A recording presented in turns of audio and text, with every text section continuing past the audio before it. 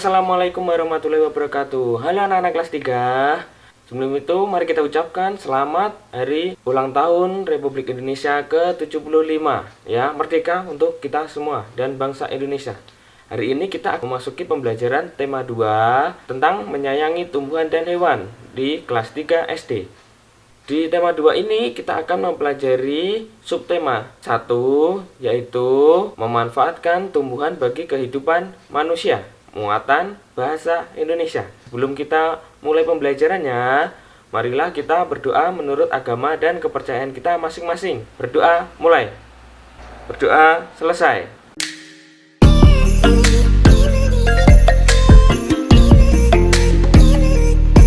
Sebelum itu, kita harus mengenal apa yang dimaksud dengan dongeng.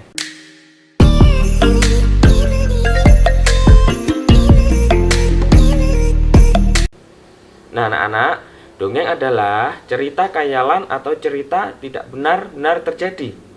Dongeng biasanya dibacakan secara turun-menurun dari nenek moyang kita sampai ke kita sekarang ini. Dongeng berfungsi menyampaikan ajaran moral yang mendidik dan juga menghibur. Jadi di dalam dongeng itu pasti ada pesan yang disampaikan untuk mengajarkan kita atau mendidik kita ke yang lebih baik. Dengan membaca dongeng, kita dapat mengetahui pesan moral atau nasihat dalam sebuah cerita.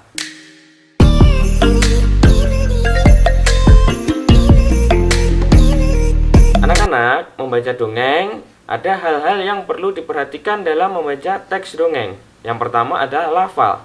Cara seseorang mengungkapkan bunyi bahasa. Jadi di situ bahasa kita harus bagus untuk didengar ya anak-anak. Yang kedua adalah intonasi suara, yaitu naik turunnya nada kalimat agar pendengar tidak bosan dengan nada yang selalu datar. Jadi pada saat kita membacakan dongeng harus ada intonasi yang bisa membuat si pendengar itu tidak bosan ya. Nah, yang ketiga ekspresi. Nah, ekspresi itu apa sih? Yaitu mimik wajah atau gestur atau perasaan kita sebagai pembaca dongeng.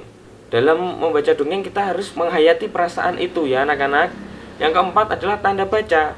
Jika saat membaca bertemu tanda koma, kalian harus tahu, maka pembaca berhenti membaca sebentar. Jadi pada saat ketemu koma itu harus berhenti sebentar, setelah itu dilanjutkan kembali. Yang kedua, jika saat membaca bertemu tanda titik, maka pembaca berhenti dan membaca kemudian. Pembaca mulai membaca kalimat berikutnya. Jadi apabila ketemu tanda titik, pembaca itu benar-benar berhenti. Setelah itu membaca kemudian. Berhentinya agak lama. Beda sama tanda koma ya anak-anak. Kalau tanda koma itu berhenti sesaat. Setelah kita tahu hal-hal yang penting pada saat kita membaca dongeng, selanjutnya kita akan mempelajari unsur-unsur yang ada pada dongeng ya anak-anak.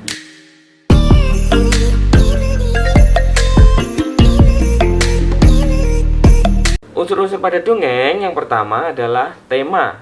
Tema, apa sih itu tema? Tema adalah persoalan atau ide atau gagasan utama yang terjadi dalam cerita. Contohnya itu, cerita itu menceritakan tentang apa? Kedua, tokoh. Apa sih tokoh? Tokoh itu adalah para pelaku di dalam dongeng yang mengalami berbagai peristiwa pada cerita. Jadi tokoh itu adalah siapa saja yang memerankan dongeng tersebut atau siapa saja yang ada di dalam dongeng tersebut. Yang ketiga adalah watak. Watak adalah sifat tokoh dalam cerita. Nah anak-anak, watak itu ada 3. Yang pertama antagonis, kedua protagonis, ketiga tritagonis. Nah di situ ada watak. Protagonis itu adalah watak yang baik, karakter yang sifatnya baik. Nah sedangkan antagonis itu adalah watak yang jahat atau buruk. Nah, sedangkan tritagonis itu watak penengah, yaitu dia penengah sebagai cerita. Yang keempat, yaitu latar. Apa sih yang dimaksud dengan latar? Nah, kalian harus tahu. Latar itu adalah keterangan mengenai ruang, waktu, dan suasana pada saat terjadinya peristiwa dalam sebuah karya sastra. Jadi, di mana, bagaimana waktunya itu, kapan, suasananya seperti apa ya anak-anak. Nah yang terakhir yang tidak harus kita lupa adalah amanat. Nah, dalam setiap dongeng kita pasti diselipkan sebuah amanat atau pesan moral yang ingin disampaikan oleh penulis cerita dongeng kepada pembaca. Di situ pasti pesan moralnya adalah hal yang baik ya anak-anak. Jadi setiap dongeng harus kita tahu pesan moralnya apa. Setelah kalian mengetahui unsur-unsur dongeng, kita akan mempelajari jenis-jenis dongeng.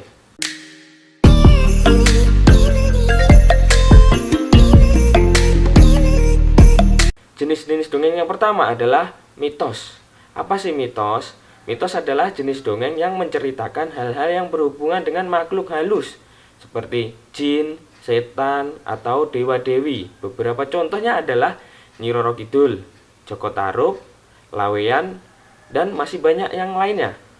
Yang kedua adalah sage, yaitu jenis dongeng yang menceritakan atau mengisahkan sejarah tokoh tertentu yang memiliki keberanian, kepahlawanan, kesaktian, dan kebaikan. Contohnya Calon Arang, Ciung Wanara, Air Langga, dan banyak lainnya lagi ya anak-anak. Jenis-jenis dongeng yang ketiga yaitu fabel. Nah, yang sering muncul dan kita dengar sehari-hari ya anak-anak. Fabel adalah jenis dongeng yang menceritakan mengenai kehidupan hewan, di mana hewan-hewan tersebut dapat berperilaku seperti manusia. Contohnya kancil dan buaya, semut dan belalang, dan masih banyak lainnya ya. Nah, yang keempat, legenda, yaitu jenis dongeng yang dipercaya oleh beberapa penduduk setempat benar-benar terjadi, tetapi tidak dianggap suci atau sakral. Contohnya itu Lutung Kasarung, Danau Toba, Batu Menangis, dan lain-lainnya ya anak-anak. Nah, yang kelima adalah parabel, yaitu jenis dongeng yang menceritakan mengandung kisah nilai-nilai pendidikan. Jadi dalam dongeng itu ada nilai-nilai moral pendidikan, baik pendidikan moral, agama, ataupun pendidikan lainnya yang disampaikan secara tersirat. Nah, contohnya adalah Malin Kundang. Kalian pasti tahu kan cerita Malin Kundang yang dia durhaka dengan orang tuanya dan dikutuk menjadi batu. Nah, kalian di cerita tersebut ada pesan moralnya bahwa kita tidak boleh durhaka kepada orang tua kita. Ya, setelah kita mempelajari dongeng-dongeng tersebut, kita lanjut ke materi berikutnya, yaitu kita harus mengenal manfaat tumbuhan bagi kehidupan manusia.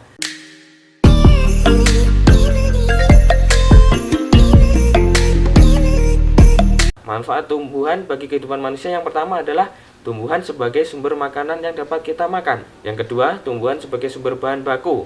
Yang ketiga, tumbuhan sebagai bahan bangunan atau bahan furnitur. Langsung aja kita ke manfaat tumbuhan yang pertama sebagai makanan ya anak-anak.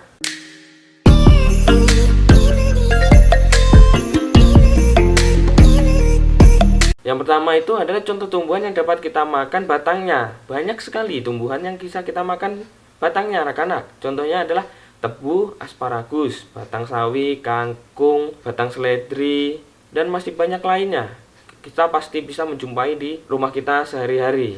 Yang kedua, contoh tumbuhan yang dapat dimakan akarnya. Ada singkong, wortel, kentang, ubi jalar, lobak. Masih banyak juga tumbuhan yang bisa kita makan akarnya ya anak-anak. Yang ketiga, tumbuhan yang dapat kita makan bunganya. Nah, di sini kalian pasti jarang-jarang tahu kan? Contohnya adalah bunga bawang, itu bisa kita makan bunganya. Bunga turi itu juga bisa kita makan bunganya. Bunga pisang itu juga, atau yang dinamakan jantung pisang. Terus bunga pepaya dan bunga kecombrang. Yang kelima adalah tumbuhan yang dapat kita makan daunnya. Itu sangat banyak sekali. Nah, itu sebagian dari sayur-sayuran ya.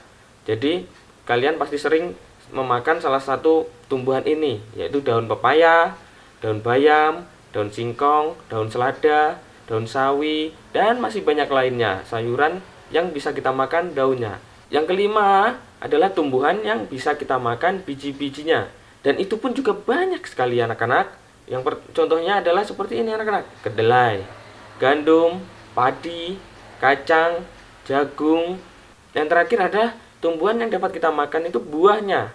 Kalian pasti tahu kan buah apa saja, dan kalian pasti pernah memakan buah dari tumbuhan. Di situ adalah contohnya apel, mangga, ada buah tomat, semangka, pisang, dan pir. Banyak lainnya buah yang bisa kita makan ya anak-anak. Nah, di sini ada teh, kopi, dan gula juga berasal dari tumbuhan anak-anak. Jadi teh, kopi, dan gula juga dapat kita makan atau kita minum. Yang selanjutnya adalah manfaat tumbuhan sebagai bahan baku.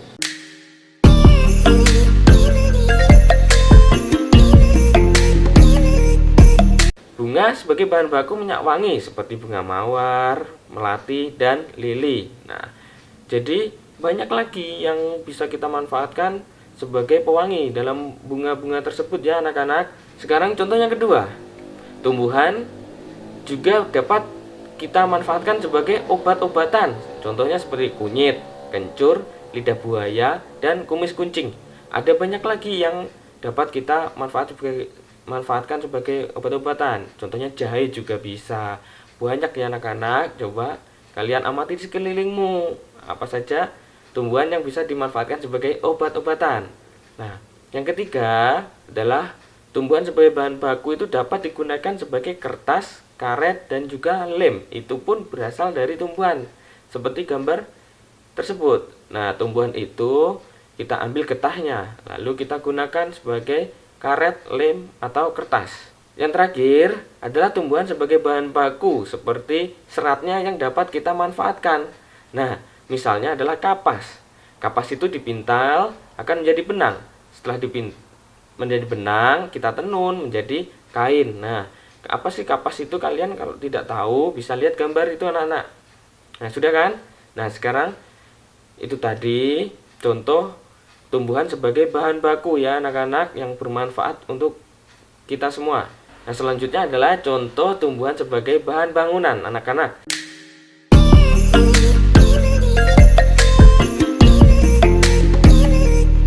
Kita memperoleh kayu dari tumbuhan. Kayu digunakan sebagai bahan bangunan. Contohnya seperti gambar itu, kayu dibuat rumah bisa. Di Kalimantan kita banyak sekali rumah yang terbuat dari kayu, apalagi di daerah dataran yang agak tinggi. Nah, di sana banyak rumah panggung yang berasal dari kayu ya anak-anak. Nah, kayu banyak kita jumpai di berbagai daerah, dan kayu memiliki banyak jenisnya, mulai dari kayu ulin, kayu jati, kayu mahoni, kayu pinus, dan lainnya. Nah, itu semua bisa kita manfaatkan sebagai bahan bangunan. Nah, kayu-kayu tersebut dapat kita olah juga menjadi bahan untuk membuat meja, kursi, dan lemari furnitur lainnya atau peralatan yang ada di rumah kita. Nah, contohnya adalah seperti gambar tersebut anak-anak. Nah, kayu dibuat menjadi kursi, meja, lemari. Kita bisa membuat apapun dari kayu. Ya, di rumah kalian pasti ada meja dan kursi yang bahan bakunya dari kayu kan? Nah, kayu pun juga bisa dibuat menjadi pintu, jendela. Nah, seperti itu anak-anak. Nah, itu tadi pelajaran yang sudah Bapak sampaikan. Semoga mudah kalian pahami dan bermanfaat untuk kalian ya. Apabila belum pahami, bisa ditanyakan atau ulang lagi video ini. Nah, sebelum itu kalian jangan lupa untuk tekan tombol subscribe-nya dan bunyikan tombol loncengnya untuk memajukan pembelajaran Bapak ini ya anak-anak. Nah, dukung terus Bapak untuk memajukan channel ini. Nah, sekian Bapak sampaikan. Wassalamualaikum warahmatullahi wabarakatuh. See you next video.